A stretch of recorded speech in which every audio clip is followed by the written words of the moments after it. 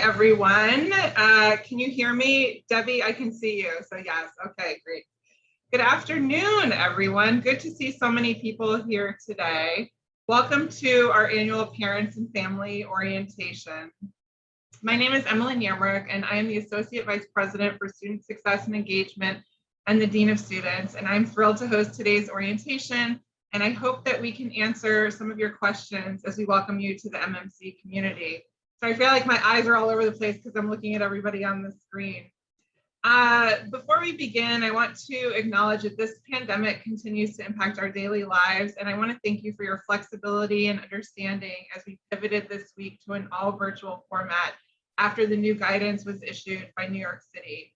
While many things have changed in our communities and around the world over the last year and a half, what hasn't changed at MMC is that we are a small, tight-knit community that is here to help you and your students succeed in the coming years.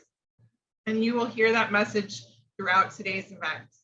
But before we dive in, I wanted to just touch on some logistics. I expect at this point, many of us are well-versed in Zoom, and you may already know how to maximize your experience. But first, I want to let you know we are recording this event to share with those who could not join us. And for those who don't frequently use Zoom, here's some helpful tips. It's impossible to see everyone here today on one screen, especially once we begin sharing our screen later in the program.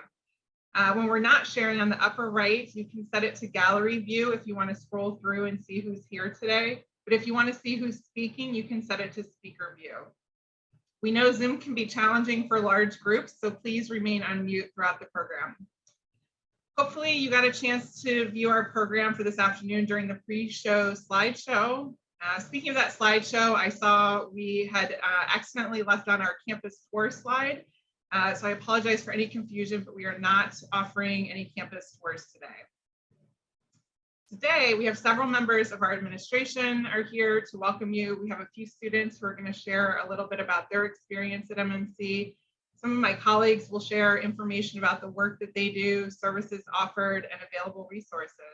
And we also have a few members of our faculty here, and everyone will be available to answer questions during the open Q&A at the end.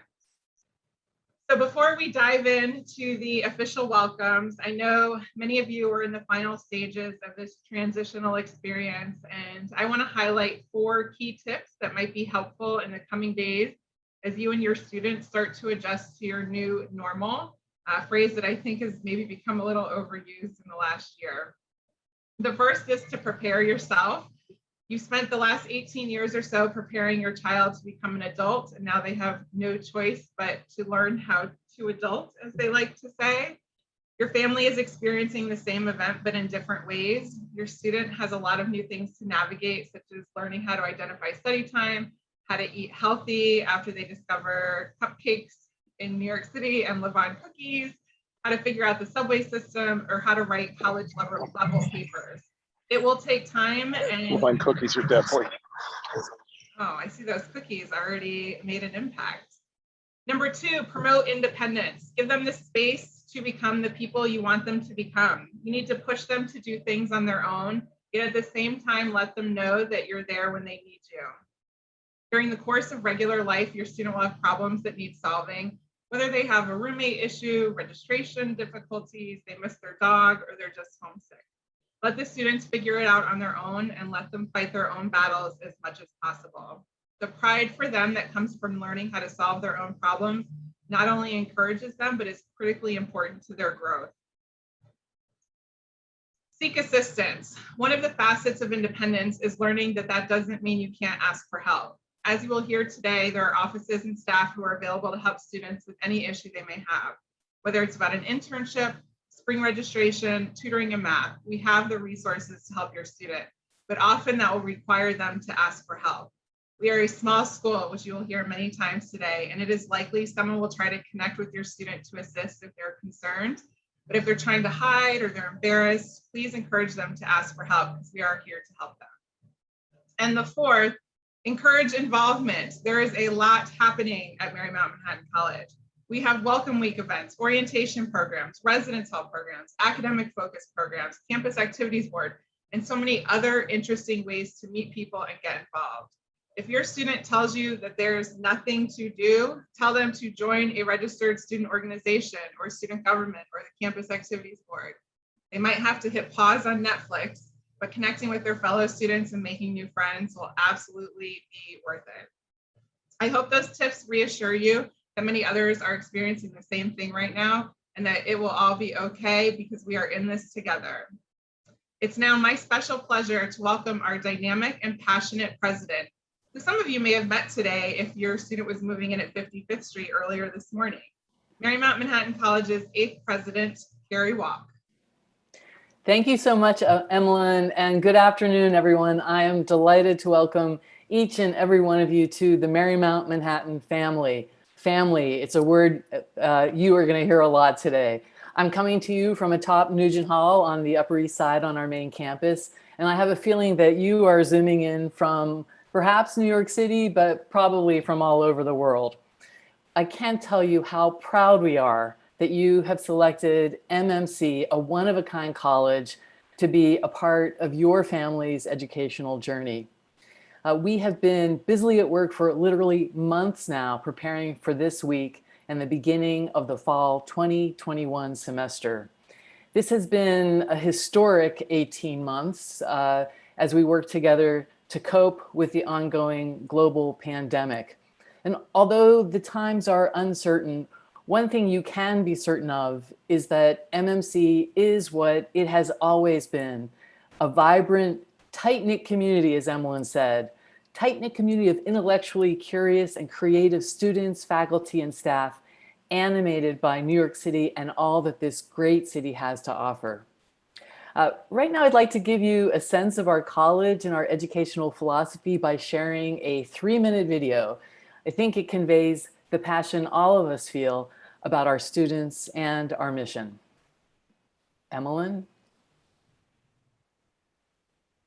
Welcome to MMC, a diverse and inclusive college that offers a contemporary educational experience to you, our amazing new Griffins.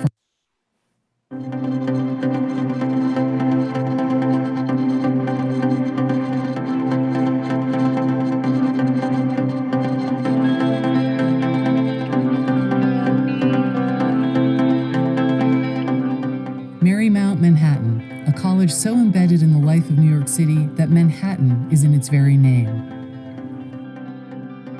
I'm Carrie Walk, the proud president of MMC. I am thrilled to welcome you to our dynamic college in the heart of the city. We are a close-knit community of students, faculty, staff, and alumni. Among us, you will find your champions and your lifelong friends. MMC was founded in 1936 as a Catholic women's college. Today, we enroll students of all identities, all beliefs, and all backgrounds. At MMC, you belong because you're different.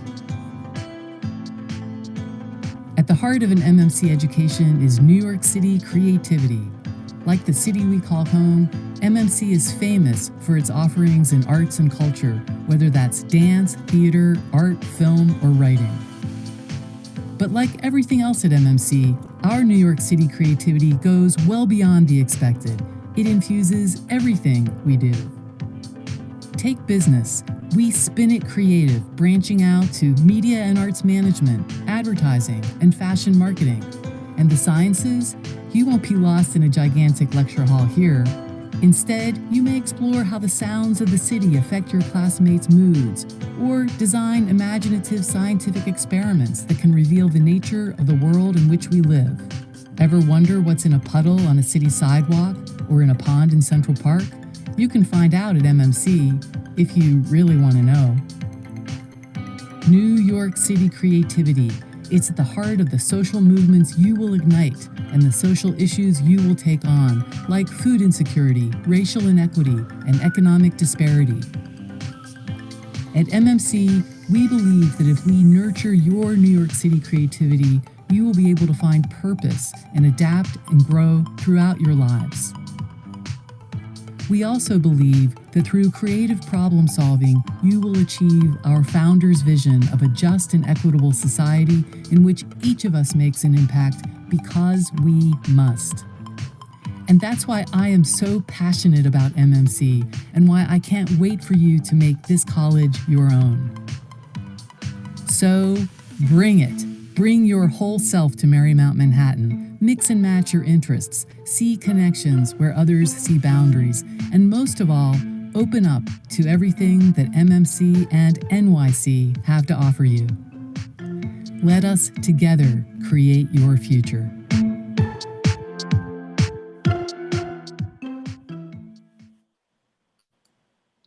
Great, thanks, Emmeline.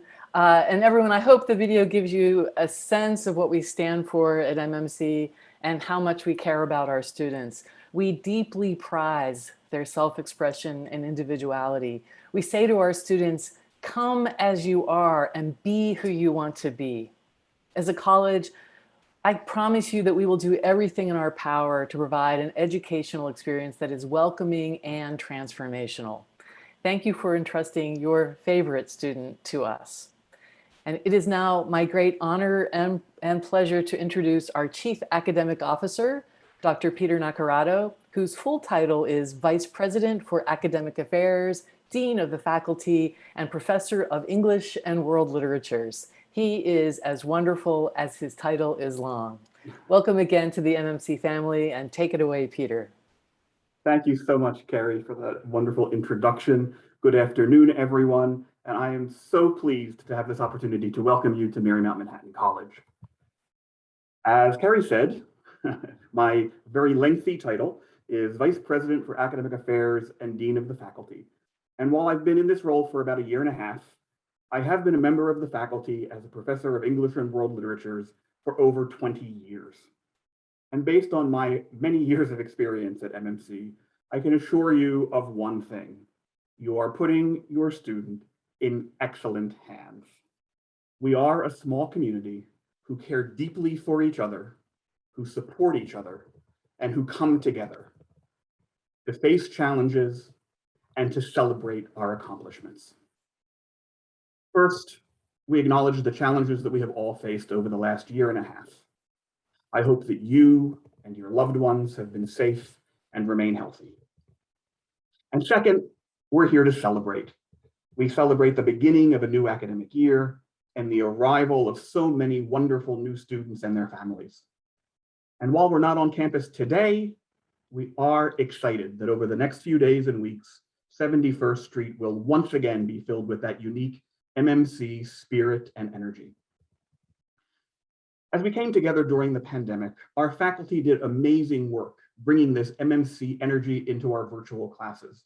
And now, as the majority of our classes come back to campus, both in-person and virtual classes will reflect the creativity and innovation that is the hallmark of an MMC education. Whether in-person or virtual, our classes remain small. For the upcoming semester, our average class size is 14 students.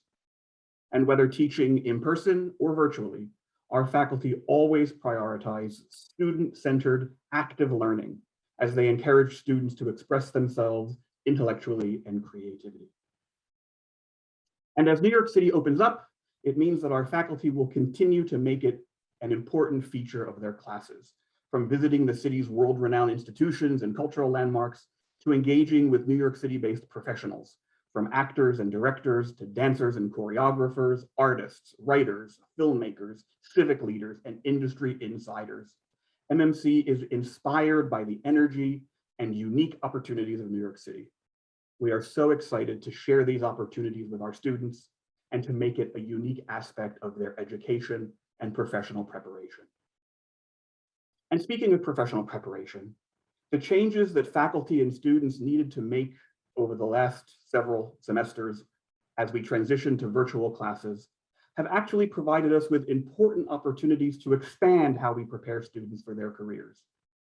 For example, performing arts faculty are now able to prepare their students for a quickly changing industry that is increasingly focused on virtual work, from auditions to performances. So when our musical theater students collaborate on a virtual performance that blends voices across miles, or our dance students choreograph pieces that combine dancers across multiple locations, when our film students trade their high-end cameras for their iPhones, when our science students collaborate on lab projects via Zoom, and when all of our students learn how to be creative and resourceful to complete their projects and their coursework They participate in real-world exercises that are preparing them for the new professional world that awaits them. So we are excited. We're excited to begin the new semester, and we're glad that you and your student are now part of the MMC family. So welcome. And it's now my great honor to introduce my colleague and friend, Michael Salmon, Assistant Vice President and Dean of Academic Excellence and Senior Advisor to the President. I haven't counted the words, but I think his title might actually be longer than mine. When I first joined the faculty at MMC over 20 years ago, it was Michael who trained me to be an effective faculty advisor, and I have been learning from him ever since. As you get to know Michael, you will come to recognize his many gifts, including his absolute commitment to our students. So please welcome Michael Salmon. Thank you so very much, Peter. I hope that everybody can hear me clearly. Good afternoon, everybody. First, I must say good afternoon to a special welcome to our parents, our guardians, grandparents, siblings, friends, and of course, our new students who may be in the house this afternoon. Let me begin by saying what a privilege it is for me to join my colleagues in welcoming you to Marymount Manhattan College, a place that I've come to call home for more than 20 years. Of course, I wish that we were doing this in person, but very soon we will, in a matter of days. In fact, I look forward to meeting your sons, your daughters, and perhaps some of you who may just happen to kind of want to come on campus. I want to begin my brief remarks, by addressing you this afternoon, not just as another college administrator, but I also want to really emphasize that I'm also a parent of two wonderful college graduates. So, you know, I've been exactly in your position at least twice in my life already. And I have a good sense of what that means. In some senses, just like when I sent off my daughter many years ago, it's a question of a mixed feeling. On the one hand, you should be excited, as you rightfully are. But on the other hand, I know that you have many trepidations, that you really have concerns, and especially as your son or your daughter is embarking on this journey in the midst of one of the most critical pandemics in a lifetime. You know, but I must tell you, though, that among it all, I'm sure that just like when I had to do with my daughter 20 years ago, it's probably for some of you the first time that your son or your daughter is going off to college, and especially living away from home in a big city like New York.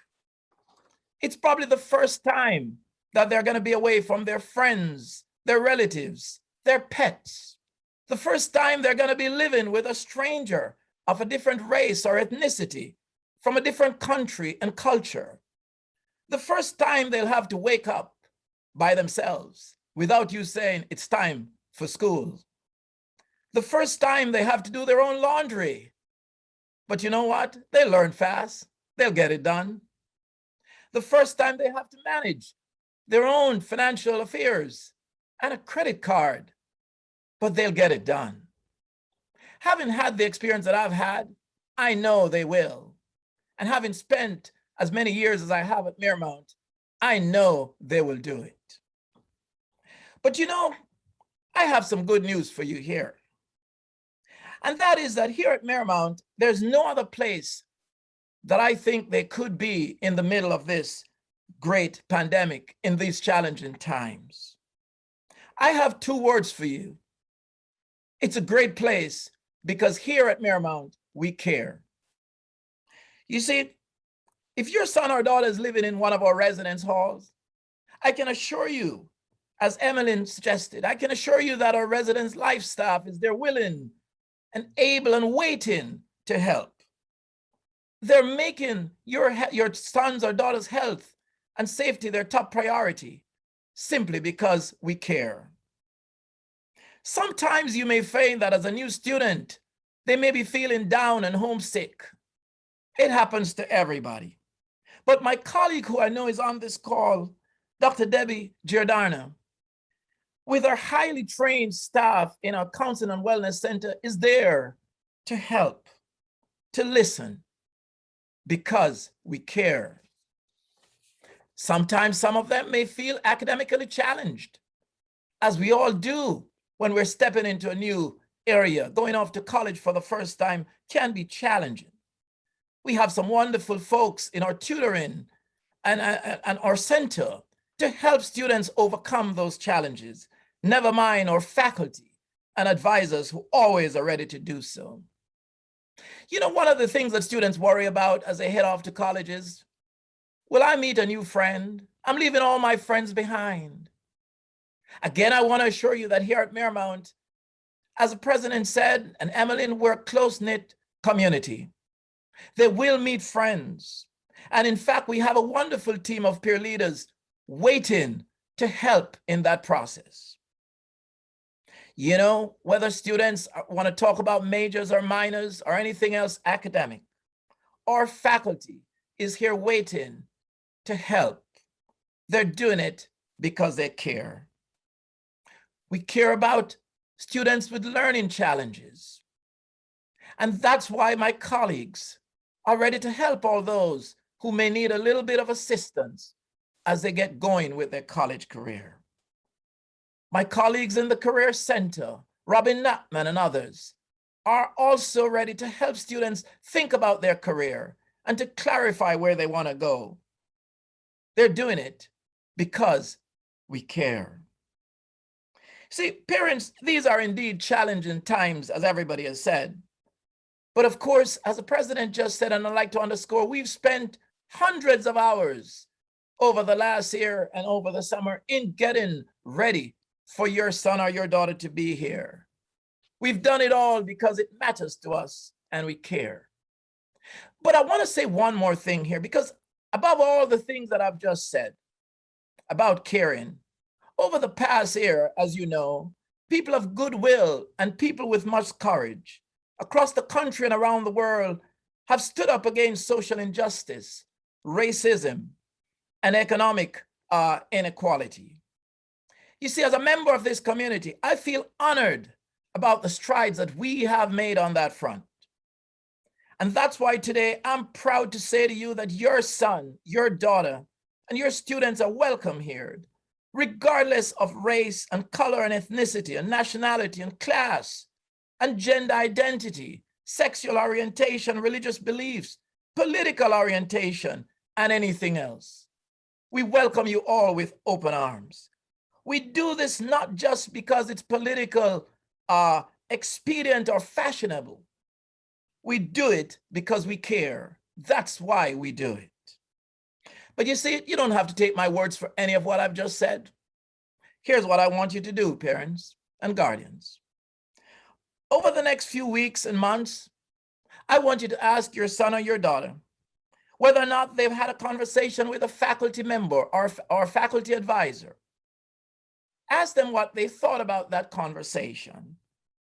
Ask them if they met their peer leader and how was it? Ask them if they've interacted with the Office of Advisement or the Career Services area. Ask them if they've met Dane and they've already thought about joining some club and getting engaged. Ask them if they've read the mission of the college or even our inclusivity statement that describes who we are, what we do, and why we care so much. You know, I think it was Theodore Roosevelt who once said, people don't care how much you know until they know how much you care. Parents, guardians, families, and friends, as you leave your son and daughter in our care, in our charge, remember two words: we care. And you know, I end with the comforting words of one of my musical idols, Mr. Bob Marley, who says, don't worry about a thing. Every little thing is gonna be all right. One love. Welcome to Marymount, a place where simply we care. And I can add one thing. And if you don't believe, here's my email, msalmon@mmm.edu. Let me know. because I know we care. Thank you so very much. Thank you, Michael, so much. I don't know how I follow a Bob Marley quote. And while everything that you've heard so far today is true, I think it hits a little different when you hear it from some of our students. So I am thrilled to introduce 3 students who are incredibly involved on campus and can speak to the MMC experience. I'd like to introduce Megan Brose, Jade John Sampson, and Alex Richter to share a bit about themselves and what they've experienced in their time at MMC. Megan, can you start us off? Of course. Hi, everyone. I'm Megan. My pronouns are she, her, hers, and I'm from Staten Island, New York, but I did live at the residence halls for my first year, so I was a resident. I am a senior, class of 22, represent. I'm also the crew captain of the peer leaders this year, so your children are in very good hands with the peer leaders for Welcome Week. I'm very excited to get started with them. I'm also the secretary of our campus activities board. I am the vice president of the Mickey Mouse Club. We like Disney here at Marymount. And I participated in both the Emerging Leaders and Leadership Scholars program. So it's a lot of stuff. I'm also a Griffin Guide with the Office of Admissions. So I might have given you a tour if you visited Marymount within the past year. And I've also interned for credit at a nonprofit theater organization here in New York City called Primary Stages. I really love Marymount, and I'm excited that your children are here to join us because Marymount really is home. So I'm excited to get to know you all more. Before we get to Jade, let me just ask Megan. I seem to recall in the Mickey Mouse Club that each of the officers has a Mickey Mouse themed title. What is yours? So we used to be like the Fab Fives. So like each officer kind of was like Donald Duck or Mickey. I'm not really sure what it is yet, but I'll keep you updated. Okay. All right. Sorry, Jade, go ahead. Hi, I'm Jade John Sampson. I'm a senior also like Megan. I'm originally from Queens, New York, but now I live in Dallas, Texas. Right now I'm zooming in from Queens right by JFK, so I'm a commuter student. So if anyone we have here are commuters, I know it's hard, but reach out to me. I am a double major in biomedical sciences and English and world literature with a specialization in world literature, and I also have a minor in chemistry. I am currently the president of Pre-Med Club, the SGA senator for senior issues, the secretary of APITA, our Asian Pacific Island Desi Association Club, and I'm also a peer leader. I'm also involved in clubs such as Science Society, the Mickey Mouse Club, Marymount Marauders, Marymount Marvel. I'm involved in a lot of clubs. I'm also heavily involved in the natural sciences department. I often volunteer to do open houses and admitted student stays with them. Yeah, I really just love Marymount. It's such a tight-knit community and it's a family, like Emmeline and Carrie said. I love the small class sizes and that you get to know your teachers one-on-one. I'm pretty sure I know everyone in the science department one-on-one by now. So yeah, I just love Marymount. It's home.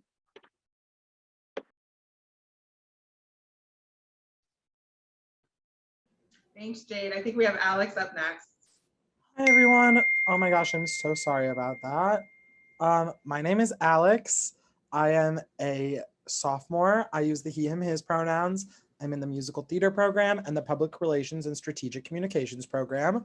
I'm originally from Cleveland, Ohio, but I'm zooming in from my very first apartment, which is so exciting because anyways, on campus, I am the special and annual events chair for the campus activities board. I am a peer leader. I was in the Emerging Leaders program, and I work in the Office of Admissions as a tour guide. And I also just pop in and out of many other clubs like Jade. And then I think what really I have to say about Marymount is I had no clue what I was getting into when I decided to come. I was a freshman last year, obviously in the craziest year of my life ever. I didn't even tour Marymount. I literally was like, oh, okay, it seems like a really fun school. But when I came and arrived at Marymount, I think I knew right away just exactly how amazing this place was. Everyone was so friendly. Everyone was like, hi, introducing themselves and making sure that I felt known and loved. And even at Marymount, we celebrate failures, or embarrassing moments, which I think is even more beautiful. We did a virtual convocation ceremony, which your students will get to experience on Thursday. And they played a video of our alma mater and said, turn off your mic and sing along. and I was the only person that turned off my mic to sing along, and then the video paused. So I was the only person singing the alma mater, and I was like, oh my God, I'm the only person singing. But no, literally everyone was like, yes, Alex, pop off. And I really just made me feel so loved and so supported. And I think that's what makes Marymount such a special place, is that we are truly a community where you are known and loved, where you are more than just a face in a crowd. And that is why it's such an amazing place and so perfect, and why I love it here. Thank you, Alex. Are you going to be singing Alma Mater nice and loud on Thursday at Convocation? I cannot wait to sing the alma mater. It is so beautifully arranged. Everybody who has not heard it yet, you should look up I think they're juniors now. There's the junior musical theater department has a beautiful rendition of it that I could listen to for hours. It is beautiful. It is online as well too. And it's a good go-to when we're virtual. Thank you so much, Alex, Jade, and Megan. I really appreciate it. We're now going to move into some presentations that will answer the most commonly asked questions that we get and give you some peace of mind as your family begins this exciting new chapter. To kick it off, I'd like to introduce Ryan Atwell, MMC class of 2016, and now Assistant Director of Career Services and Internship Programs. Ryan? Hi, Evelyn. Hi, everyone. Thank you so much. Excited to be here and talk to you about City Edge and the Office of Career Services. My colleague, Nicole De Leon, is also here with us and happy to answer questions, later at the end. So the first thing I'll talk about is City Edge. And so there are 5 distinct parts of City Edge, which is the college's signature College to Career initiative. So these first 3 focus on sort of the academic side of the house, and the last 2 are managed by us in the Career Services office. So the first thing is the New York City seminars, which all first-year students will participate in, and it's sort of an introduction to New York City through the classroom. So they'll do trips and excursions throughout the city, and then they'll bring that back to the classroom, talk about what they learned, and how some of their readings and materials are showcased throughout the city. The next thing are signature City Edge courses, which are sort of the upper level version of those classes. The big difference is that most of these courses focus on connecting students with professionals.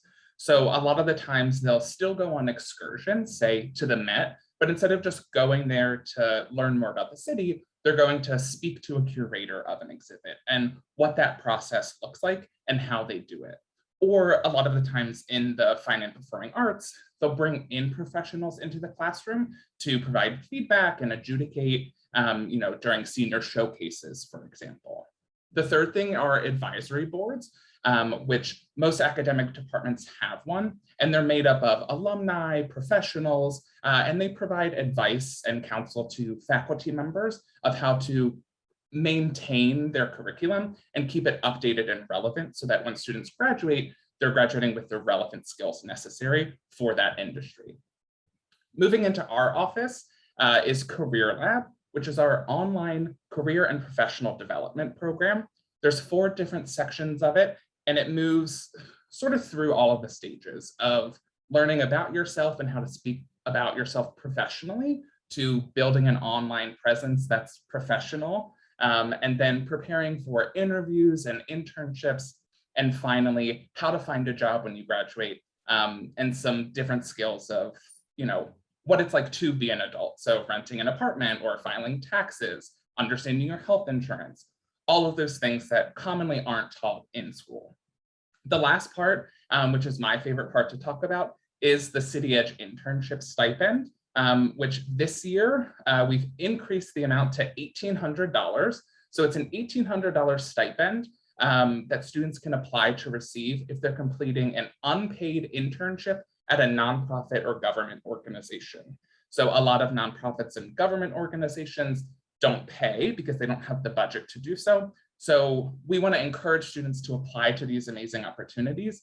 And this stipend helps to offset the cost of doing an internship that isn't paid at all. So we can go to the next one too. Great, so now we'll talk about our office as well. So as you can see, these are a few different appointment types that we have, but we're happy to talk about any career conversation or concern that a student might have. The big platform that we use is MMC Career Connection, which serves as both our online job board, where students can find internships, part-time jobs, babysitting positions, full-time experiences, and it also houses the federal work-study jobs and on-campus employment. So that's where students should go to look if they're interested in working on campus throughout their time at Marymount. Students can also schedule an appointment through Career Connection, and they can schedule for one of these appointment types, and they can pick a time that works best for them and their schedule. In the next slide. So this is some examples of the different events that we do throughout the year. Our resume all days, students can email us their resume and we take a quick look at it and give them some feedback same day. Students can still schedule an appointment for a more in-depth review of their resume, but we try to do these events closer to some of our bigger employer events. So like our employer pop-ups, where we bring employers on campus to talk about their company or to recruit students for internships or full-time positions, or before our annual career summit, which I'll talk about in a second. We also have a few opportunities for students to earn some prizes through our career contest series.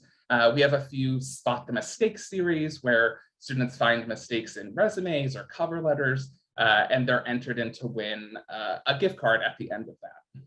To support our seniors who are graduating, which seems like a lifetime away, I'm sure, but we do a senior career forum specifically for students who are about to graduate. This is an open forum for them to ask any kind of question that they might have. So we basically let those students lead the conversation. The Emotional Intelligence Symposium will be the first big workshop and event that we do in the fall. And the Emotional Intelligence Symposium basically brings emotional intelligence to the forefront of students' minds. Understanding emotional intelligence, why it's important, and how it can translate to the workplace. Then we have a variety of career development workshops, everything from resume writing and cover letter writing workshops to communicating with employers, how to send that thank you email, and what is professional etiquette. The big program that we're starting this year is Career Launch Academy, which is basically an introduction to networking. So some students might not have a network and don't know people in the industry that they wish to be in. So this is a 28-day program where they do some kind of little activity every day for 28 days. And it's designed to help them connect with professionals, have career conversations, or as they used to be called, informational interviews, and really expand their network so that they can get an internship in the field or get a mentor or find a full-time job after graduation. And the final big event that we do is the annual Career Summit, where we bring employers across industries onto campus. There's a keynote speaker, there's industry breakout panels where students get the chance to ask professionals how they got started, what their company is like, and hear advice from them. And then we finish it with a networking lunch so that students can continue to mingle and build those relationships. And we'll go to the next slide. Internships are a big part of students' lives at Marymount. This graphic at the bottom shows an example of some of the internships that students commonly do throughout their time at Marymount. In addition to providing real-world experience, I always like to mention that it's a great way to confirm a career choice. So a student can get a sense of what it's like to work in the industry and decide if that's the route that they want to go down. Better to learn that now before they graduate and have a full-time job and then need to figure some new things out. And again, it's a great chance for them to build their network. And the next slide. Finally, badges and MMC Engage. So this is also a new initiative that we launched in the spring. And we're really excited for students to take part in badges, which are virtual representations of skills. You can see those two example badges there. And so at Marymount, they're focused on building leadership and career skills. And it's a great way for students to validate the work that they do in student clubs or even on their own time by attending a workshop or completing some kind of an event or a training. And it's a great way to show employers that what they did is actually validated by the college. So we're really excited to offer that. There's 11 different badges right now, and we're about to add, I think, 2 more. So it's a great resume booster for students. And I think that's my last slide. That's our contact information if anybody has any questions or concerns, and we'll be here at the end to answer any other questions. So with that being said, I'm very excited to introduce our next speaker, Jason Balson, who is the Director of Emergency Management and Campus Safety. Hi, good afternoon, everybody. Thank you for having me. It's a real pleasure to meet you all virtually and to have the opportunity to speak with you briefly about the Campus Safety and Emergency Management Department. We have a big responsibility, absent hurricanes and global pandemics, we have all of your precious students to worry about, but I think we do a great job at it. So here we go. The Campus Safety Department is made up of MMC employees and contract security officers who provide 24-hour security at our many MMC locations.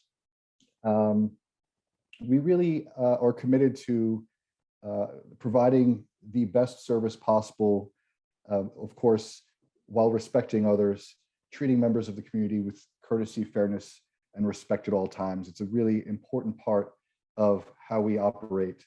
The philosophy is that, at least in my office, is that students have to feel safe in their person, both intellectually and physically, to thrive in a college community. And that's what we're here to support.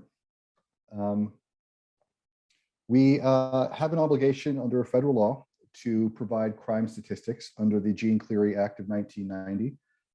Each year, my office publishes the Cleary Report, is what it's the shorthand for that book, essentially outlining what our procedures are with respect to campus safety and security, how we investigate allegations of misconduct or crime, what our referral process are, the services that we have available on campus, and ultimately what our crime statistics are.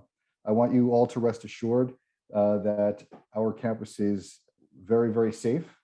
We are located in one of the safest neighborhoods in New York City. And the biggest tick mark on our campus safety report every year is lost property. So encourage your students to keep an eye on where they leave things, because I think earbuds, those ear pods, are my #1 report every year. So that's good. But if you want the campus safety report, you can read it at the campus safety website. And again, it's published annually. Next, as part of that Jean Cleary Act obligation, is that we report emergencies on campus or in the immediate vicinity. And we do that using an emergency notification system called ConnectEd. You can opt into this system by providing your email address and your cell phone number. And what that allows the campus safety team to do is to provide you with real-time information on emergencies that may present a danger to your health or safety, and allow you to make informed decisions on what to do as a result. So for instance, this morning, we sent out a tropical storm advisory that indicated travel would be difficult because of winds and rain. That went out to emails. Some of you may have gotten them if you're already logged in. But it allows us to, again, alert the community and allow them to make informed decisions about what's going on. We do brief students and staff members on fire safety. We do that a couple times a year, in particular with the residential students. It's really important that the Res Hall students have a firm understanding of what to do during a fire and how to evacuate if necessary. We conduct 4 fire drills a year in compliance with New York State education law, and that is at all of our locations. So if you happen to be on campus one day and have that fire alarm go off for a fire drill, that doesn't mean you won't get 4 at the Res Halls. You're going to get them enough so that we're all safe and practiced in how to escape in the event that we need to. One of my first projects when I arrived here in November, I'm relatively new, was the Automated External Defibrillator Program. This was a program that began with some of my colleagues, and due to COVID and some other considerations, sort of got bogged down a little bit, but we have 7 automatic external defibrillators now deployed throughout campus and at our residence halls. We have staff trained in how to operate the automatic external defibrillators, and we hope that we never have to use them, but we do have them on campus, and they are available for us in the event that there is a cardiac emergency. I'd also like to point out that we do offer throughout the term outreach and training seminars. So for instance, going with the automated external defibrillators, we may offer a first aid CPR AED class. I encourage that you participate, or your students participate if they're available to. It's a really, really good way to get important training that may help save a life one day.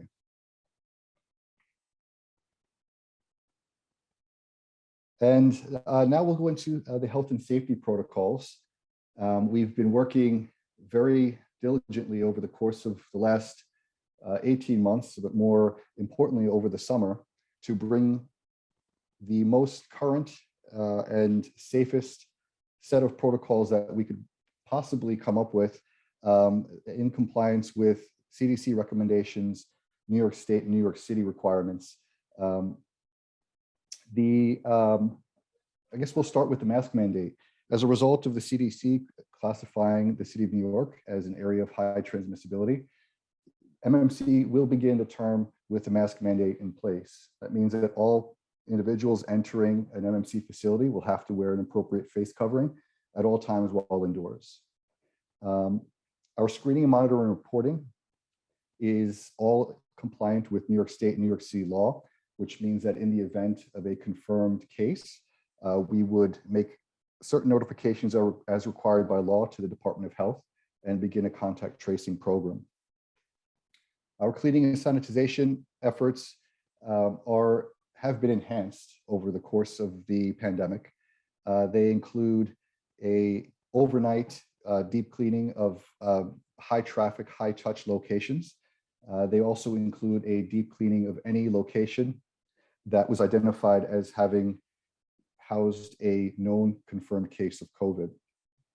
In addition to that, we've upgraded our air filtration systems to include CDC recommended mechanical filtration called MERV 13 and ultraviolet sanitization units that are either duct mounted within the air handling systems or ceiling mounted, which allow us to circulate and sterilize the air continuously throughout the day. Communications related to COVID-19 will be made via the MMC COVID dashboard in the event that we have a positive case on campus. That will keep you aware of what's going on, again, in real time, and should give a window into what's going on in the broader MMC community. Additionally, our MMC protocols are available in greater depth at the campus safety website. It's actually the Restart website, which we are now calling Onward, because we are moving past restarting. We're bringing everyone back to campus again in person, and we're moving onward towards bigger and greater things. Just as a last note, if you are interested in signing up to receive emergency notifications, you can do so at this link. You can also scan the QR code and your phone will direct you straight to the link. I will be available at the end of the presentations to answer questions either on campus safety or our health and safety protocols, and I look forward to meeting you all. I think that the next presenter is Christina Rosado. She's the Director of CSS Operations and Student Services at Marymount Manhattan College. Take it away, Christina. Thank you so much, Jason. As Jason said, my name is Christina Rosado, and I am the Director of Operations and Student Services in the Center for Student Services. I have been at Marymount Manhattan College as of the first day of school this year, which is August 30th, will be my 17-year anniversary at Marymount Manhattan College. And I am also a proud alum. I am a transfer student class of 2007. So I know what it's like to walk the halls and sit in the classrooms like many of your students will be doing in the coming days. Just to give you a brief overview of what the Center for Student Services is before I jump into speaking about your FAFSA. The Center for Student Services is comprised of student accounts, financial aid, international student services, and our student service representatives, who many of you may have spoken to over the phone over these last many months. We would like to give you pretty much a point in time right now where you should be with your process in regards to filing your FAFSA for your financial aid and with your student account. So on my first slide here, as you all see, at this time, many of you should have filed your FAFSA form for the 2021-2022 academic year, and you should have already received your financial aid award letter detailing out your eligibility for the full year of financial aid, including your grants, your scholarships, and any loans that you are eligible for. If you have not filed your FAFSA form for this year, do not worry, there is still time to process your FAFSA form. And I really encourage families who maybe are considering not filing to please get out there and file your FAFSA.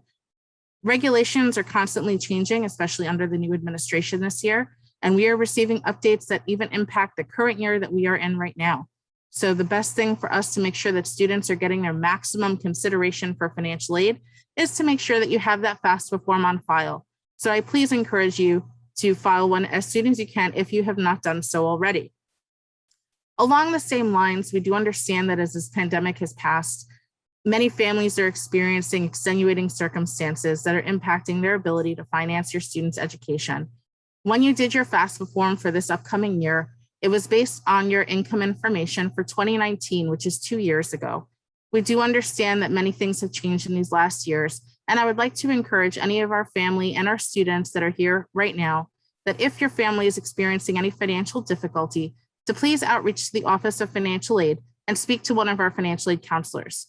We understand that every situation is unique and personal, and the counselors will be able to discuss your options one-on-one and provide you with next steps on how we can help you finance your education.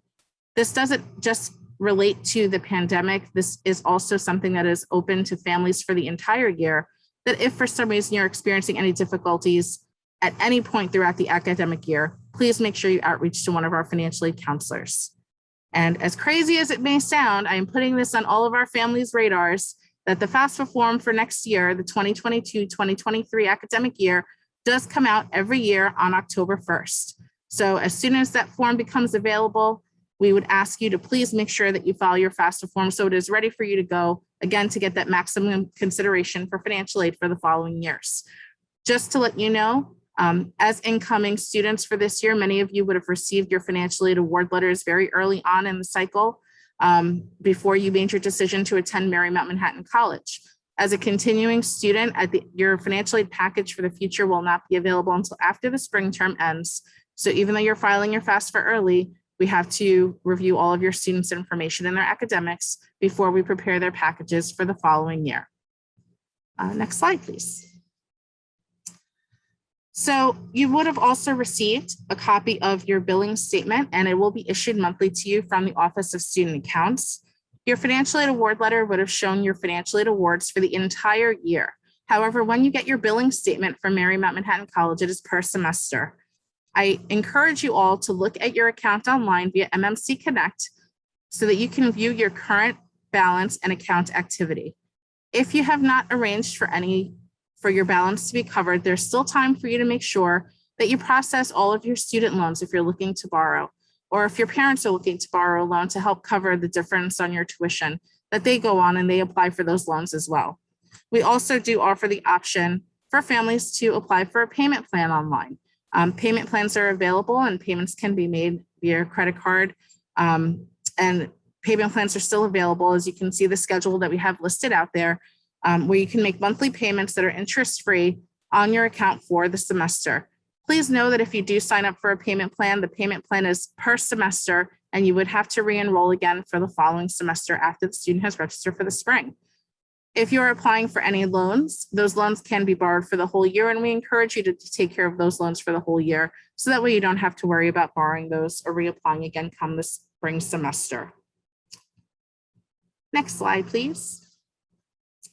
As of August 30th, on the first day of school, all of your students are officially covered under the FERPA laws, which is the Family Educational Rights and Privacy Act. Regardless of if your student is still dependent on you as a parent, or regardless of their age, once the student becomes enrolled at Marymount Manhattan College, we are required to protect their personal and their private information. So as of August 30th, we ask that all of our students ensure that their parents can still receive access to important information on all of their accounts. There are two types of access that you will need to grant your families moving forward, or any other people that you may want to have access to your account. All of these things can be done via MMC Connect. The first thing that you would need to do is to give your parent access to your academic or financial information. This is called Parent Connect. This is giving parents the same access to receive information as the students. So students, if you have not done this yet, please log on to MMC Connect, and under your academic profile, you can grant rights to your parent or guardian, and you can select the type of access that you would like them to have, whether it be academic, financial, or both academic and financial. Once the semester begins, if your families or any other parties are contacting the school, we will ask what their relation is to you as a student, and just know that if you do not grant access to your parent or guardian through Parent Connect, we will not be able to give any other information except for general information to your families. So we want to make sure that you get that important access done as soon as possible. Aside from granting your parents access to Parent Connect, there's also access to what is called our student account suite. All of our billing statements, which are issued monthly to students, will go directly to the student. If a family member or a parent would like to receive a copy of those billing statements and also have access to that important 1098-T come tax time, we ask that students go on and give their parents access also to the student account suite. When students log on to student account suite, they can go under the authorized user link and enter their parent's email address and select the type of access that they would like their parent or guardian to have. Your parent or guardian will then receive an email with the credentials that they will need to log in. So just keep in mind, there are two different types of access that you need to get your families going. One of them is Parent Connect, and the other one is to the student account suite for our families. Next slide, please. I would also like to cover the fact that all of your students would have been charged for the college's health insurance, and you would have seen that charge appear on the fall semester bill. As Debbie, who will be coming on directly after me, will explain, all of our students are required to have health insurance at Marymount Manhattan College if you are full-time. However, if your student is covered and has their own health insurance, you can opt out of the health insurance that the college offers no later than September 15th, which is coming in the next few weeks. If you do have your own health insurance, please log on and make sure that you opt out of the school's health insurance. And within a few days, that charge will come off of your account. Please note that this is something that will have to be done at the beginning of each academic year in order for you to opt out of the health insurance that is offered by the school. Our contact information for student accounts and financial aid is listed on here, and we do have different email addresses and phone numbers. Our office is available by phone call, by email, and also we have virtual appointments for financial aid through MMC Engage. We look forward to working with you and your families this upcoming year, and I welcome you to Marymount Manhattan College. At this time, I would like to, oh, there's my timer. At this time, I would like to welcome Debbie Giordano, Director of the Counseling and Wellness Center. Take it away, Debbie. Thanks so much, Christina. And I have to say, that's really impressive that you ended exactly on time. So good for you. So as Christina just mentioned, I'm Dr. Debbie Giordano. I'm the Director of the Counseling and Wellness Center. So just want to say welcome to everyone and thanks so much for being here today. So I'm going to be talking to you about a few different offices on campus that are available to your students. So the first is the Counseling and Wellness Center, which is known around the school as CWC. So the CWC is really the office that students come to for any personal or psychological problem they might be experiencing. And we provide a lot of different services, and all of our services are free and confidential. So I just want to highlight a couple of the different things that we do. So kind of the main thing that we do in our office is provide individual short-term psychotherapy to students. So we see students for up to 12 sessions. In the context of COVID, we've been providing telemental health, which is video and phone sessions. So we're anticipating that we're going to be continuing that for this coming year, as well as adding in-person sessions. So it'll be sort of a hybrid model that we're working under. We also provide brief drop-in sessions Monday to Friday from 2 to 4 p.m. Drop-in sessions are briefer than full appointments, and they don't require appointments. Students can come in if they have something urgent that they would like to discuss the same day, or if maybe they're not really even sure if they want to schedule a full appointment and they want to just check our services out and kind of talk through some issue. And we're happy to do that with students, so they can contact us and let us know that they're interested in a drop-in. We also do have a psychiatric nurse practitioner who is with us 1 day a week in the office, and she does psychiatric evaluations and medication management with our students. Just a note about the services that she provides, because I know we've gotten contacted over the summer quite a bit about her services. So while she does prescribe most psychiatric medications, she does not prescribe controlled substances. So things like benzodiazepines or medications for ADHD. So if your student is coming in, with a prior prescription for one of those types of medications, we could absolutely help them get connected to a provider off campus. So that's also another, one of the main things that we do as well. Is we do help students get connected to referrals off campus, either for ongoing treatment or for specialized care. Given that we have a short-term model, that works for some students. Some students are only seen for a few sessions, and that works perfectly fine for them. Some are really interested in getting connected to a counselor, for all 4 years that they're in New York City, and we can absolutely help them do that. Some students are coming in with more acute concerns or sort of ongoing concerns, students who might have a diagnosis of OCD or an eating disorder, and they really want treatment that's kind of specialized in that area. And we can absolutely help facilitate those referrals as well. Besides the individual sort of one-to-one counseling, we also do a lot of outreach as well. So we do wellness workshops. Kind of one of our best known outreach programs throughout the community is called Stress Down Day.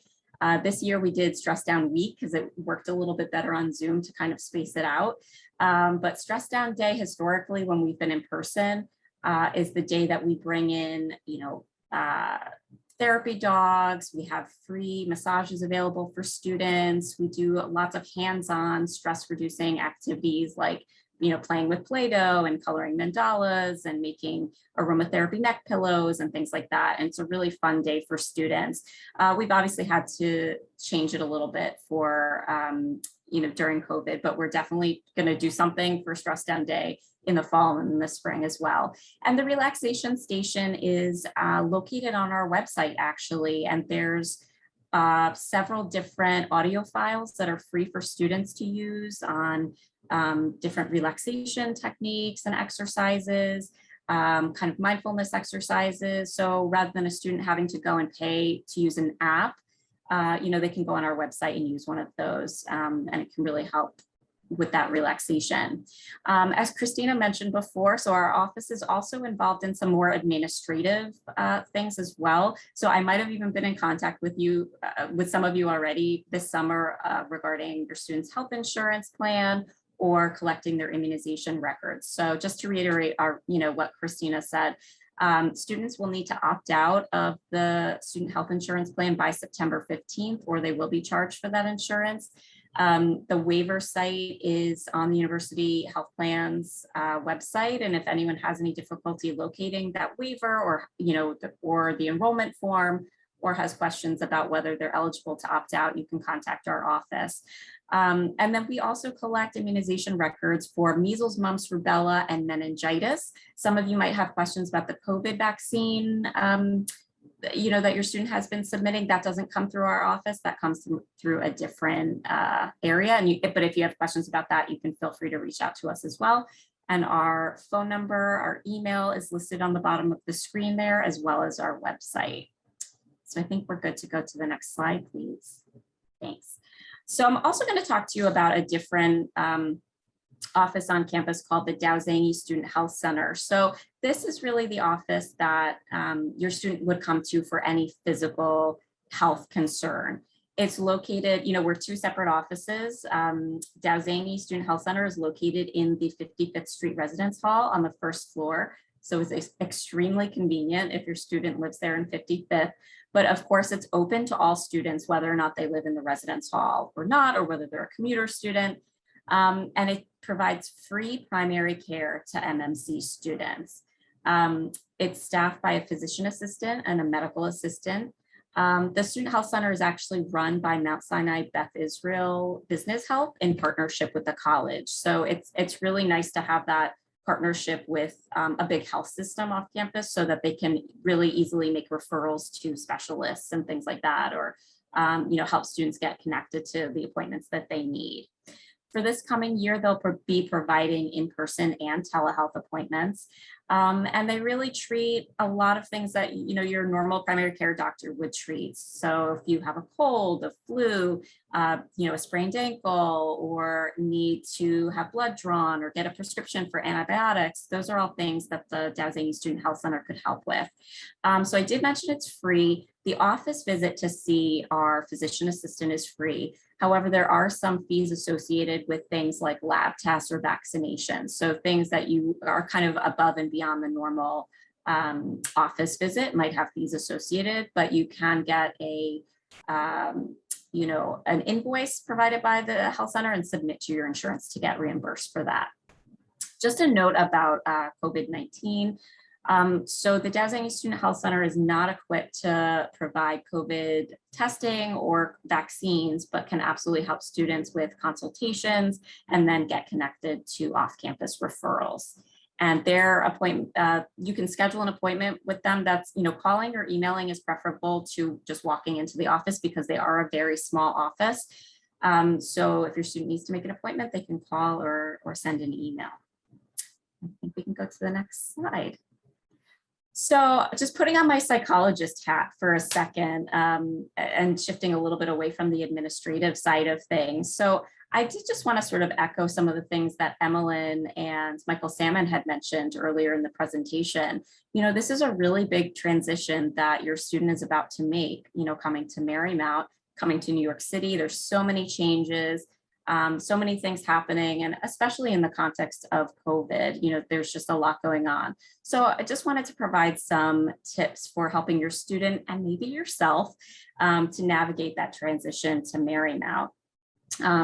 So one thing is just to remember that change, even positive change, can be stressful. Even if your student is super excited about coming to Marymount, coming to New York, getting back to in-person classes, all of those things, which are wonderful, there can be still a lot of stresses associated with that. So just kind of keeping that in the back of your mind and really helping to normalize and validate that for your student, that even in a normal year, the adjustment to college can be a difficult one. And so it's going to take a little bit of time, especially with so many other added layers on top of it.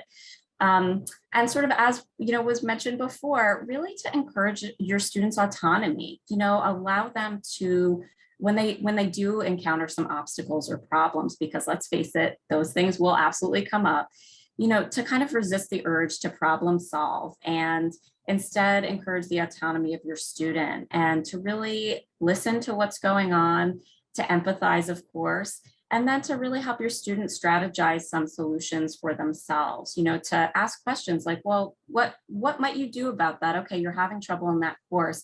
Who do you think you can talk to? What about talking to your professor? Are there offices on campus that might be able to support you? Or is there a place that you might be able to go to help, figure out this problem? So rather than kind of creating the solution and handing it to them, really help encourage them, to come up with the solutions themselves. And also reminding your student that they are resilient and they have the resources, internally to manage these problems as they arise.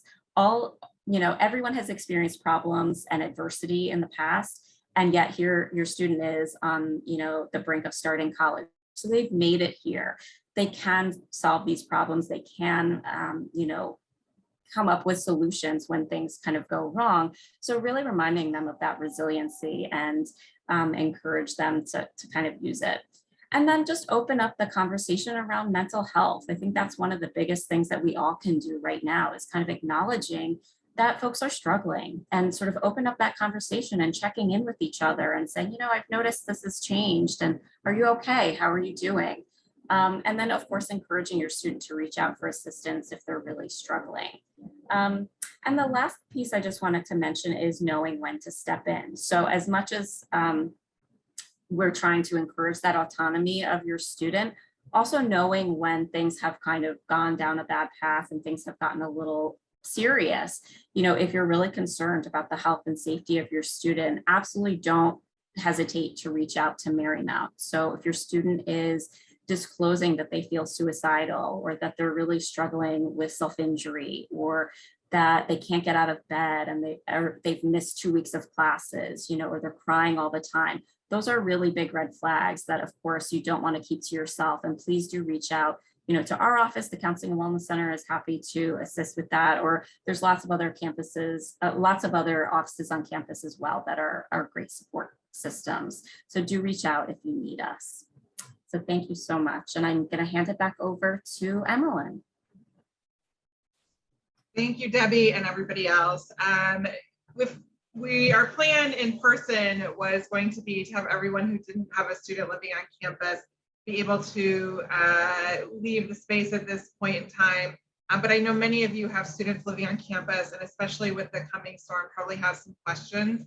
So I am happy to introduce Kyleen Ammerman, who's our Director of Residence Life, who's going to talk a little bit about living on campus. And after that, we're going to open it up for a Q&A for everybody to participate. Hello, everyone. My name is Kyleen Ammerman, and I am the Director of Residence Life here. And I am so excited for you all in the upcoming year. So let's talk about living on campus. What are our buildings? So we have 2 buildings. We have 55th Street. Some people visited that today. Also Cooper Square. We also had move-in today there in both locations. Tomorrow, we have move-in for 55th Street. And yes, I know that there's a hurricane coming. We are gonna go ahead and continue moving in, but we know for some people, because of travel plans or because I don't want to move in during a hurricane, we're telling you, if you need to delay your move in to Monday or Tuesday, whatever works best for you all, we are happy to accommodate that. We totally understand. So your student should have received an email today from Residence Life, letting them know kind of the instructions to email Residence Life back to say, hey, our plans have changed. We're moving in on Monday. Then you are good to go. If you just let us know what your change of plans are. We just want to make sure we're ready to go for whenever you get here. If you're still planning to move in tomorrow, yay, I'll be there. I'll see you, and I'm very excited. So let me tell you a little bit more about our buildings. If we turn to the next slide, you will see 55th Street. So 55th Street is on 55th Street in Midtown, East Midtown. It's a really great place. It is about a 20-minute walk.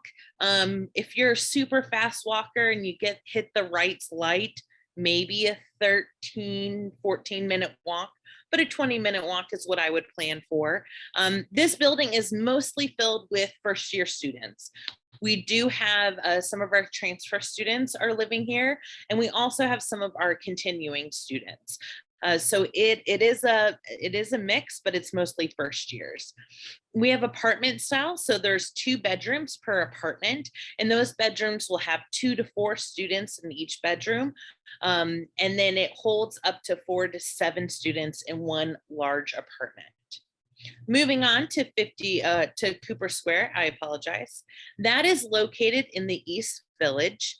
It's very nice. There's a park nearby. It's wonderful.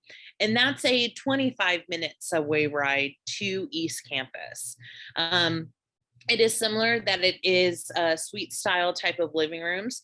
They're apartments. There are 2 to 3 bedrooms per suite with a kitchenette and full bathroom. There's 2 to 3 students in each bedroom, and then 4 to 7 students overall in one apartment. And it has beautiful views. Next, this is our staff. So as you see me, that is me, the Director of Residence Life. We have full-time professional staff members who live and work in the residence hall. So Tara oversees Cooper Square. So if your student is having an issue in Cooper Square, Tara is the go-to person to contact. Have your student contact Tara. Katie is our residence director over in 55th Street. She is the go-to person to contact if there are issues with 55th Street. If you're not sure who to contact, you can always contact Residence Life at mmm.edu. You can also send an email to me and I'll try to solve what's going on. If we go to the next slide, our other part of our staff are undergraduate students who are RAs. So they're there to help your students as a peer mentor type of situation. So what do RAs do? They provide community. So in Residence Life, we like to think about making this their home away from home. And so we want to provide a great community. If your student says, nothing is going on in the residence halls, that is inaccurate information. Every single Sunday, we have a Sunday social that we will be putting on. Also, in the first 6 weeks of school, there will be a program every single week on different topics. So there will be stuff happening within the residence halls. We provide educational programs, and we also provide fun social programs as well. Also, the RAs are there to help the students get to know one another, not just the people in their apartment, but the people in their floor community or their building community. They also can help people get to know one another by being a great resource, which is what RAs are as well. So RAs, we heard earlier that there's tons of offices that are here to help you. If your student doesn't know which office to contact, your RA probably will know which one to contact, and they'll help provide that resource. I think it's a great relationship that they can build because it's that student to student conversation that can say like, yeah, you should email your professor. I've had to email my professor before. So it's a great resource for them. They also show around what the MMC community is all about, which is fantastic. They're also there for safety. So they serve at an on-duty rotation. They do rounds within the building, and they also assist in emergencies. The one thing I want us to all remember, as I have mentioned, the RAs are students. They're undergraduate students. So they're balancing all of this with their classes, with their student organizations, and their social life. They put this as a priority, yes, but understand that they are students. So that's why sometimes it might be helpful to reach out to the residence director first, because the residence director, this is their full-time job. Next slide. So one thing that RAs help with safety is that they help enforce the policies. So while not the fun side of their job, it's the job most of us don't like, they rather be putting on programs or making fun door decks or bulletin boards. But here are some policies to keep in mind. We are a dry campus, so even if you are of age, there is no alcohol here. Also, no drugs, so you cannot have any drugs or drug paraphernalia. The other thing to note is that we do have some COVID-19 safety precautions. So the students should have signed the residential wellness pledge that outlines it. We also, For our guest policy, we are allowing no overnight guests. And also the only guests allowed in the building are current Marymount Manhattan College students. So those are the only ones in our residence halls. Also in the residence halls, we will continue with the face masks in public spaces, social distancing, personal hygiene, and then if needed, we have isolation and quarantine spaces as well.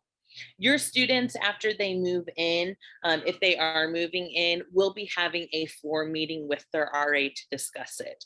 If you are one of those, because of the hurricane, or you're not moving in right away, the floor meeting will be done virtually, so your student won't be missing out on anything. Next slide. So where do we eat? Which is really important because our students in the residence halls have dining dollars. So they can eat it in their apartment, obviously, but they can also spend their dining dollars on campus. We have different locations on campus that they can use. Good idea for them to use it in more than just Starbucks. I know they are college students, but they should be living on more than just coffee, but you do you. There's also some off-campus locations, as you can see, and you can also use your dining dollars at the Griffin Gear store, which is really exciting. So maybe they don't have an MMC shirt yet. Now they can get one. Next slide.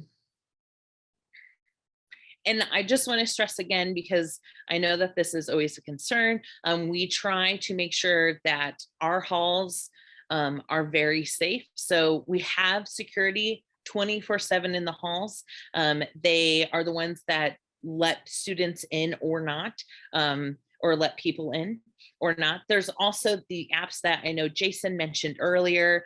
The RAs do rounds in the building, but also security does as well. So we make sure safety is our top priority in the residence halls, and we make sure that we have that ready, good to go. Next slide. Also, you can follow us on our social media platforms. We will be starting updating that with the most current information. And that is it for Residence Life. We are so excited for the students to continue moving in. We have 3 more move-in days, so we are very excited. Thank you so much. Thanks, Eileen. What we're showing now are frequently contacted offices on campus and their email addresses. And we're going to go ahead and dive into, I see in the chat, there's some questions already. I just want to remind everybody, we also have some faculty here and they're able to answer some questions if you have some questions for our faculty. Is the dining hall open on weekends?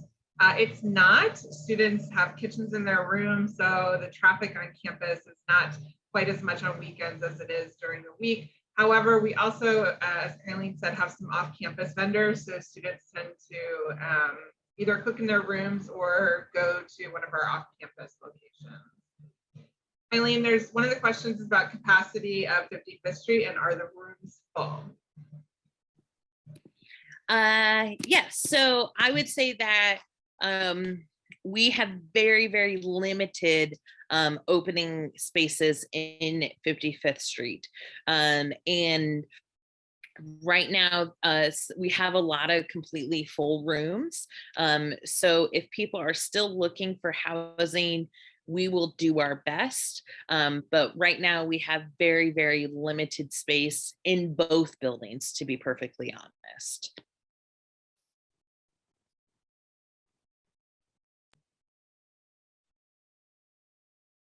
Hours of dining hall, just to be clear, it's not, we're not a traditional campus. We don't have a quad. We are a vertical campus. The dining hall is not in our residence hall like it is at a lot of other schools. We do have the C store at 55th Street as well, which is open. And they've changed the hours. Jason, are you familiar? Do you recall what the hours are for the cafe and for Starbucks?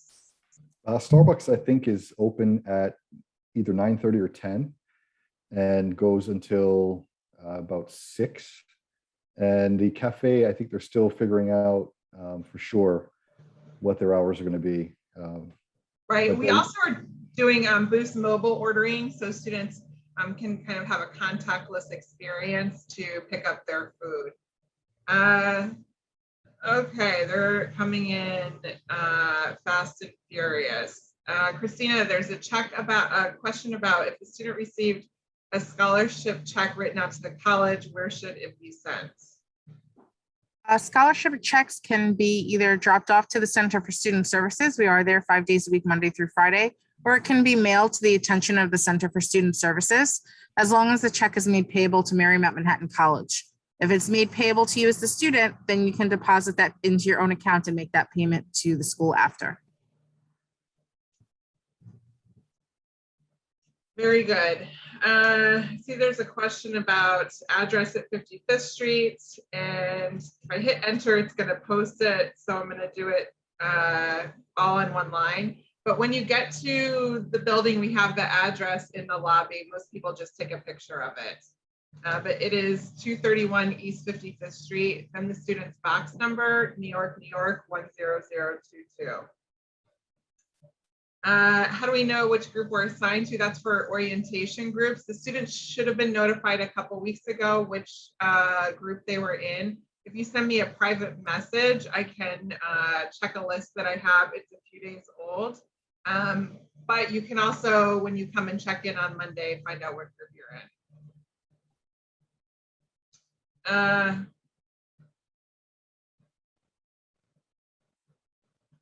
See. Expect that classes are fully in person. Maybe one of our faculty members can take this question. We are doing a couple options for classes. There are some students, some classes that are offered virtually only, but that is only about 15 to 20% of our classes. Then some classes are in a hybrid manner. So if they are Monday and Wednesday, Monday might be in person and Wednesday would be virtual. Corey, are you still on and able to answer that, or Vandana?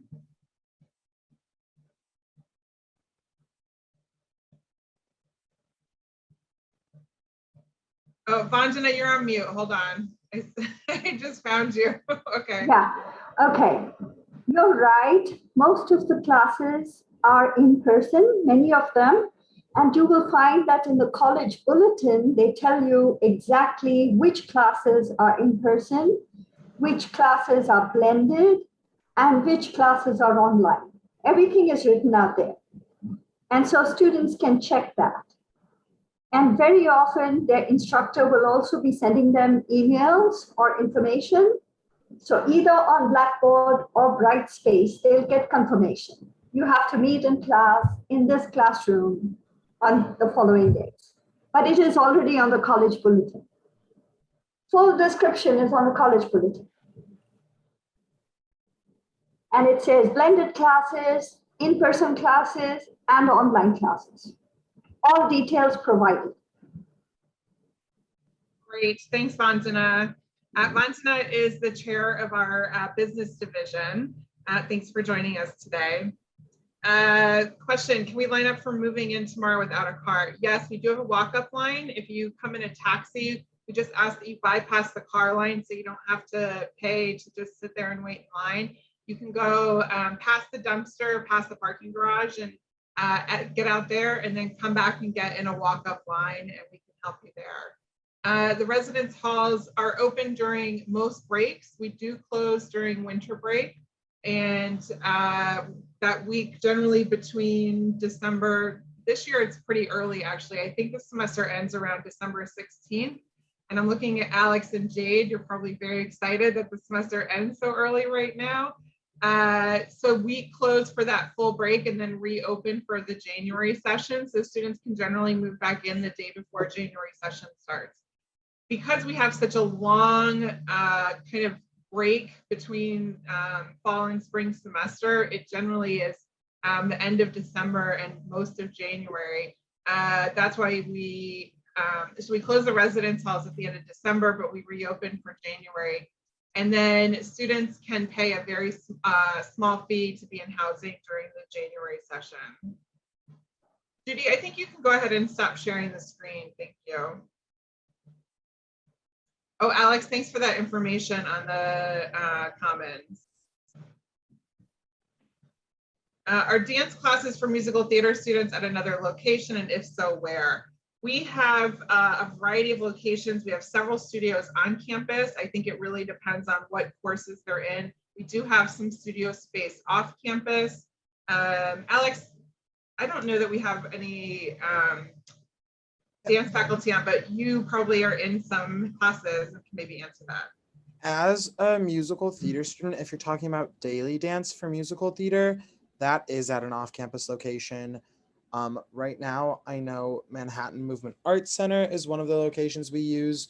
We use Ballet Hispanico, and there might be a third one, but I'm not entirely sure off the top of my head. And then dance classes are typically on campus, or we also have the Martha Graham Studio, which is in between 55th Street and East 71st Street. So if you have a freshman living there, it's just kind of like halfway. I'm not entirely sure the exact address. I'm really sorry. And I think that's everything that dancers use. Thanks. We got a question about getting out of dance class at 10 p.m. And as Jason has already said, the Upper East Side is a very safe neighborhood. Most students will walk back to the residence hall together with some friends from class. Megan, you're shaking your head yes. Do you want to talk a little bit about that? I know that's harder for people who aren't used to this city. Yeah, of course. So I'm from Staten Island, so it was a very different vibe. Like I am from New York, but it was, suburban New York. I mostly take night classes. I even feel safe walking home alone. But we have safe haven places all across New York City. They're clearly listed on our website under like campus safety section. And I'm sure Jason would be able to talk about it more too. So if you are working alone, like do not fear. It is very safe. But I was normally like, I would use that time to catch up with somebody. I would talk to somebody on the phone, so I wasn't actually alone, or I would walk home with a classmate. But I never had any problems walking home along 3rd or 2nd Avenues. I felt pretty safe. Great, Yeah. thanks, Megan. Katie Wells, your message, I would suggest sending a message to Lauren Killian, and Lauren is a great place to start right now. And Lauren, if you can reach out to Katie Wells, Katie, find her, maybe do a private chat. Will do. Thanks. Oh, this is a problem I think we wish we all had. I overpaid on my tuition and I have a credit. How do I get my money back? I actually answered that question in the chat as well, but I will just state that if anybody has a credit coming back to them, your refund will be available after those funds are actually posted to your account, which occurs usually after about the 4th week of the semester. However, if you're expecting a refund of more than $1,000, you can come into the Center for Student Services or contact us by email or phone to request an advance on your refund, and that will be available within about a week to 10 days of you requesting that. I encourage all of our students to sign up for electronic funds transfer on their MMC Connect. Otherwise, a paper check will be mailed to your home address. I'm going to be looking for the link in a moment so I could drop that with instructions on how you can sign up for electronic funds transfer. Thanks, Christina. Chris Andrade, can you contact Craig Corin, who's interested in getting a campus tour while in town? And Kylene, I'm going to turn it back to you because there's a couple questions about helpers coming to the room and additional move-ins. So go. Great. So for move-in, we do allow one helper to come up into the room. So what happens typically is that the helper will be screened. We have a COVID screening that we'll do. We give them a wristband that identifies them as the helper, that they can go kind of back and forth. We are not limiting it. I know last year was limited that you can only be there for, I think, 3 hours. We're letting you help during the whole day. We don't want to limit it because we are restricting it to one person. What other question was there? Looks like moving in today. So we are letting people move in tonight. I know that some people are here in the city. We have received some requests. So the RAs just got off shifts. their shift started at 7:15 this morning, and they just ended their shift. So we may not have a lot of people downstairs helping you, but we will have bins. So you can come in and know that our resources are limited in assisting you to move in, but go ahead and make your way to the residence halls if you're around the city to move in tonight. We totally understand that and anticipate that. Great, thanks, Kylene. I see there's a couple of questions about Metro cards. Unfortunately, MTA does not offer student Metro cards for college students. That's a program that I think they're trying to phase out for younger students in K through 12. They don't even offer them to all students anymore. Megan, you're shaking your head. And Jade, did you want to add something too? I do want to add something. If you are a commuter student, like if you are traveling from like Queens or Brooklyn or the Bronx, I do recommend getting a monthly Metro card. Very useful. It gets you anywhere. You pay $128 for a whole month, which is a great deal because that's unlimited rides wherever you want. You also get a free transfer between the bus or the train, or bus and bus, as long as you use it within 2 hours, if I remember correctly. Also, if you're going from the dorms to the school, you can always get a weekly Metro card, which is, I don't remember the pricing for that one, but a weekly one is always good. It's unlimited rides for that entire week. So look into the different options of Metro card that you could get.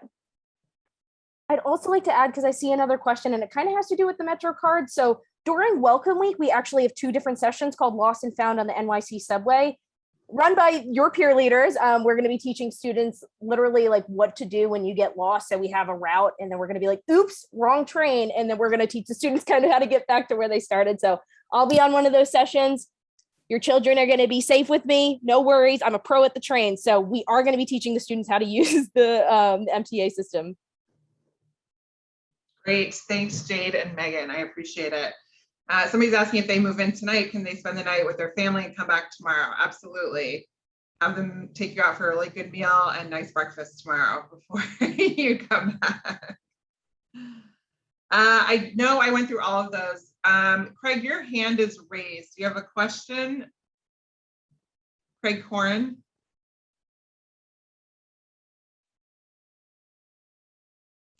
Okay, maybe that was already resolved. I know I was scrolling through them, but does anybody want to just take yourself off mute and ask a question? Oh, 2 new ones just popped up.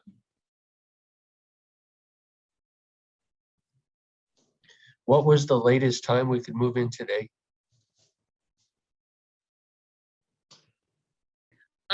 So with RA assistance, it would be till 4 p.m. So 38 minutes ago. You can move in tonight. That is perfectly fine. Our staff isn't going to be as visible because they're going to be up on the floors helping the residents and talking to them. And they've had a very busy day. And so that is why we're not going to have a lot of staff, because they also have to work from 7:30 to 4 tomorrow as well. Will the bins be available till 10 o'clock? Yes, the bins will be there. So the bins, you can have as many as you don't need a lot, but yes, there's plenty of bins available. You rock. Hi, is it possible for someone who's in a later grouping tomorrow to get a head start earlier? Yes, absolutely. So if you are still planning on moving in tomorrow, I'm excited to see you. You can go ahead. This is for if your move-in is tomorrow, you can go ahead and move kind of earlier in your shift if needed. I understand we're paying attention to the weather. So we are trying to be as flexible as possible. Also, if you are choosing not to move in tomorrow, you just need to let Residence Life know what day and around what time. If you want to be vague and say the morning, that's fine. If you're like, we will be there at 2:15, great. We understand travel plans change, but if you can give us a rough estimate, that would be fantastic. Thank you. Awesome. if we're a W and we're scheduled to move in tomorrow afternoon, to the point you just raised, can we come earlier? Yes. Like one, yeah, I mean, I know you said that, I just didn't know if we needed to notify you or. No, so if you are coming in earlier, that is perfectly fine. It's if you're coming in later is when we need to know. Because Okay. we're just letting people come. Someone came up on the street to me today and said, "Can I move in today instead of tomorrow?" And I was like, "Yep, come on down." So if you're moving later, that's when we get concerned. Okay. One other question, you mentioned COVID testing. If someone's not vaccinated, can they assist, or do they have to be vaccinated? So it's not a testing, it's a screening. So we ask you COVID screenings. We do not ask for vaccination status for the guests. Okay, thank you. The screening. Okay, thank you. Hi, one more question about if we're scheduled to move in tomorrow. The weather is just looking really daunting, so probably wouldn't help us moving in earlier. So we're going to email that email you sent it to it. Thanks for that email that we're coming in on a Monday afternoon. So that's okay to do that. And my second part of the question is, will RAs and the bins be available on Monday afternoon? So I haven't had a chance to figure out the RA schedule yet because this was made up today. So we're going to try and have some RAs available. That's why it's going to be helpful for us, for you to kind of let us know when you're going to be coming in. I know some people are making their decisions tonight. That way we can plan accordingly to have some staff around. Okay, thank you so much.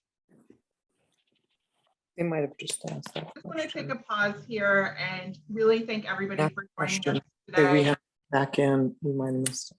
Hi, I'm sorry. We just had, we logged off and we got kicked off. We just came back on. Quick question, it might have been answered. What's the latest we can come tonight to move in? So I guess I already missed that answer. You can, I mean, I don't know when you like to move in, but we have 24/7 staff, security staff. So if you want to come at 1 a.m., great. We were planning on being there like 10, 11 o'clock tonight. That'll be okay? On down. Thank you very much. So I just want to pause here and really thank everybody for joining us today. And, if you want to stay on, we'll continue being here until we answer all your questions, but feel free to drop off if you're done and your question's been answered, and when you're moving is good. But again, thank you for joining us today virtually, and especially if you were scheduled to be here yesterday in person and we moved you to this virtual format. Thanks so much. And we look forward to seeing you hopefully at an event in the future. We're hoping homecoming can be a real thing that we do in person. And our kickball game last year was pretty epic. So we're going to continue. We're done with football, I think. I think we're just going to move to kickball because, Marymount's football team is undefeated, in case you hadn't heard. We only play ourselves.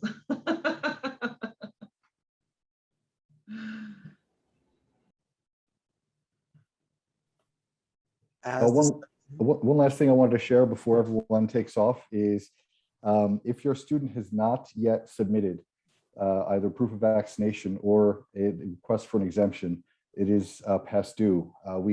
We use this data to inform our decisions on COVID protocols on campus, from everything, including classroom size to social events and stage productions. So it's really, really important that we have an accurate assessment of where our vaccination rate lies. And we're still short of about 150 students. So if your student is one of them, please make sure they submit, and I will add a link. There you have it. And we look forward to seeing you on campus in a couple of days or at midnight tonight, whenever you get here. Thanks, Jason. I have a question. Go ahead. Yeah. Sorry. My daughter has a room with 4 roommates, and her personal roommate in her room has not responded to any of the chats and stuff.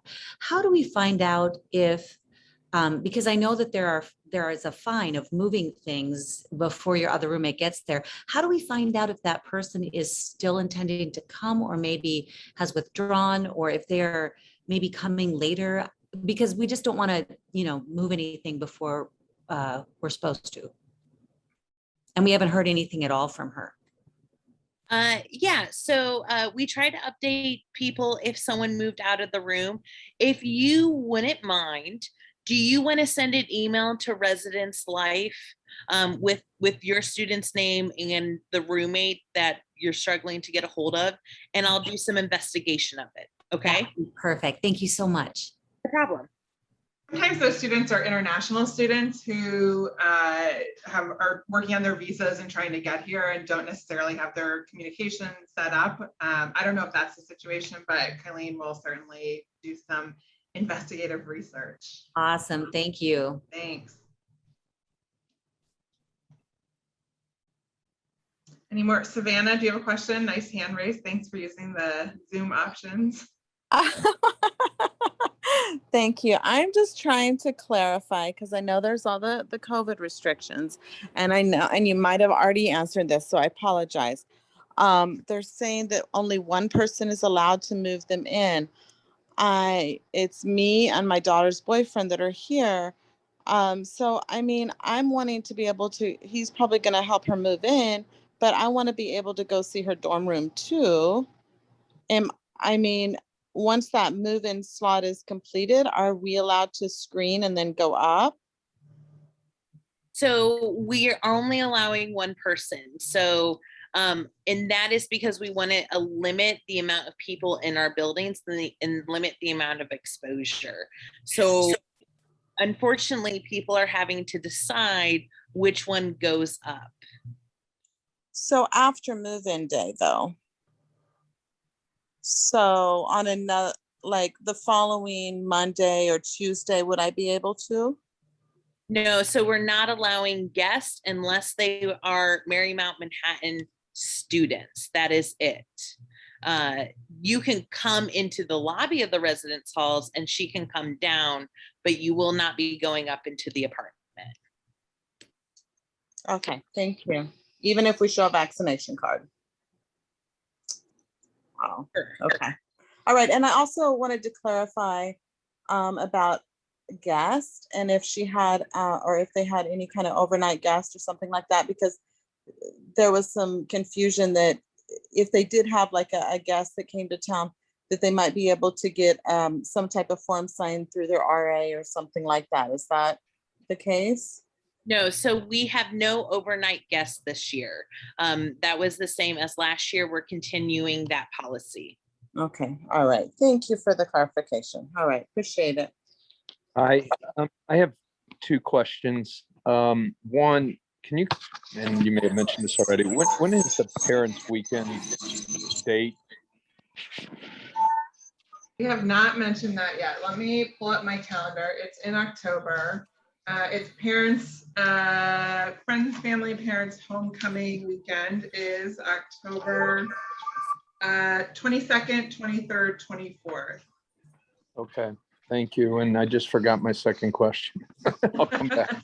Well, while you try and think of it, I will say back to the previous question, is that we have all of these kind of temporary policies, I would say, in place, and we're going to continue to evaluate the overnight guests and the masks, as Jason had said, as numbers hopefully start to decrease, as guidance changes, we will be reevaluating our policies. So what we're saying today is for right now, but that may be different in a month or 2 or 3 or next semester.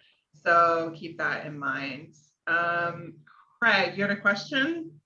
Yeah, we're here till Wednesday and wanted to see if we can tour the actual 71st Street campus.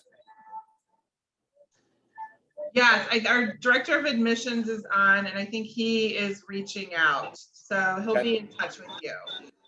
Okay, thank you. Okay, sure. Savannah, do you still have a question, or is your hand just still up? I have a question. Okay. I'm John, but I'm really not. I'm Denise. Oh, hi. Oh, you're at the bottom. Okay. My daughter did not send in her health records yet. She's misplaced them, of course. Can I bring them in Monday if she's moving in tomorrow? Like all her vaccines when she was a little kid and all that stuff? So I think that's a question for me. So yes, you can, but the easiest way to actually get them to us is if you have them with you already, you can just take a photo of them and upload those records to your student's admission portal. That's really the easiest way to get those records to us and make sure they get there, as fast as possible. So, and just to clarify, the records that we need from your student are 2 measles, mumps, and rubella vaccines, as well as a meningitis response. Those are the only vaccination records that we need. Okay, I won't be able to get that call Monday from the doctor. Can I just send it then? Is that okay? Can she still move in tomorrow? Yeah, I mean, yes, our office will certainly not block anyone from moving in. We just need those records as soon as possible. They're needed before your student starts classes. So Monday is still fine. Okay, thank you so much. Mm-hmm. Yeah, please don't confuse the MMR requirements that the Counseling Wellness Center needs with the COVID vaccination, which Health and Safety needs. It's a separate submission process. And if the record goes to the wrong place, it may delay processing. Okay, thank you. That's all right. I remember my second question now. We received the mailing address, of course, but will our daughter get issued her box tomorrow? It didn't contain the box number, like her mailbox number. Yes, she will get her box number and her box key tomorrow. Okay, thank you. No problem. So I think what your daughter also wants to say is please send me mail and packages, because they love getting mail, they love getting packages, and having something in that mailbox when they open it. Yeah, you didn't mention the part you really said, send money. Yeah, you can just Venmo that now. You don't even need to send a check anymore. When I was in school, I had to do laundry. My mom would send me letters with quarters taped to the piece of paper. Any more questions? Patty, hi, or Diego.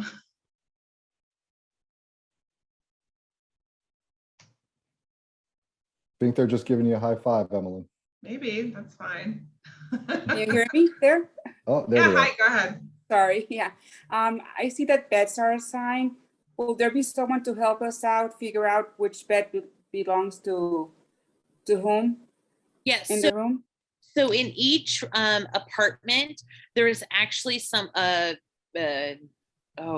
plan. I apologize. I forgot the word. There is a floor plan that explains what bedroom is what bedroom. And so that'll help the confusion. Okay, thank you. In case we have it, we'll just ask one of the RAs, I guess. Yep. To help out.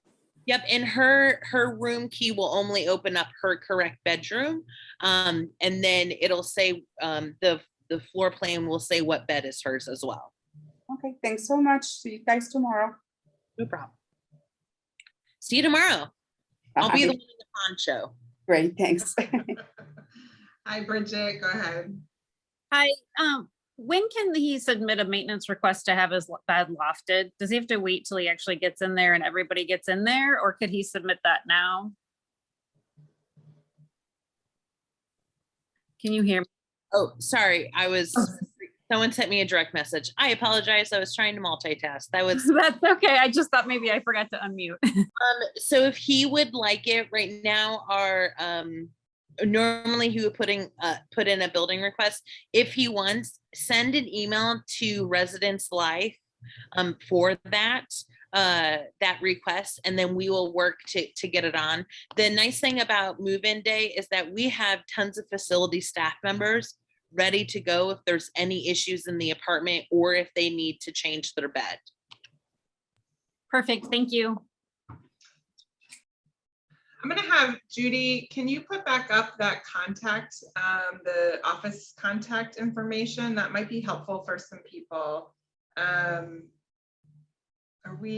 Somebody's just joining. Are we allowing all students to move in now? Eileen, I'll take this because I know you've answered. Our official move-in ended just about an hour ago. Our RA staff has long days and they are very active and helpful in unloading cars. But you are welcome to come tonight. We just won't have the staff available to assist. So you can unload into the bins and you'll be able to check in tonight. So what we've shared right now are some frequently contacted offices. It sounds like everybody just wants the residencelife@mmm.edu email address for Kylene. But if you have questions for other offices or you're not sure who to contact, these are probably the best points of reference. Students receive actually 3 keys, one for their apartment, one for their bedroom, and one for their mailbox. And they are in size order. So it's a big one, front door, middle one, bedroom, little one, mailbox. Hi, I have another question. If I were to decide to bring my daughter's move-in material, like within the next hour, does she need to be with me? Or can I just do it as her parent, her dad?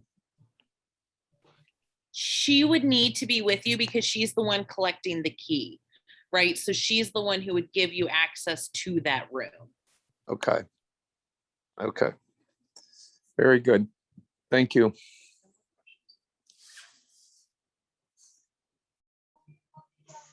Sorry, I had to step away. We have our balloon delivery for tomorrow, for Monday. They want to close tomorrow, so they want us to come get the balloons, and I wasn't answering their call. So back to questions. Kylene, my son only has 1 roommate. Can they move into the other room? I'm not exactly sure what that means, but they should not change their assignment. They should stay to their assigned bedroom because that's what they're assigned to. And because some people are still applying, so they may get a new roommate. All right, it's harder to see any raised hands. I guess, thank you, balloons. Spoiler alert, there will be some balloons on Monday. So if you have a question, just put it in the chat or, oh, Bridget, hi, I see you with your hand up.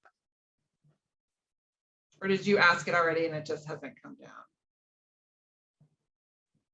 Okay. I asked it already. Sorry, I forgot to take my hand down. No problem. And Patty, do you have another question as well too? Okay.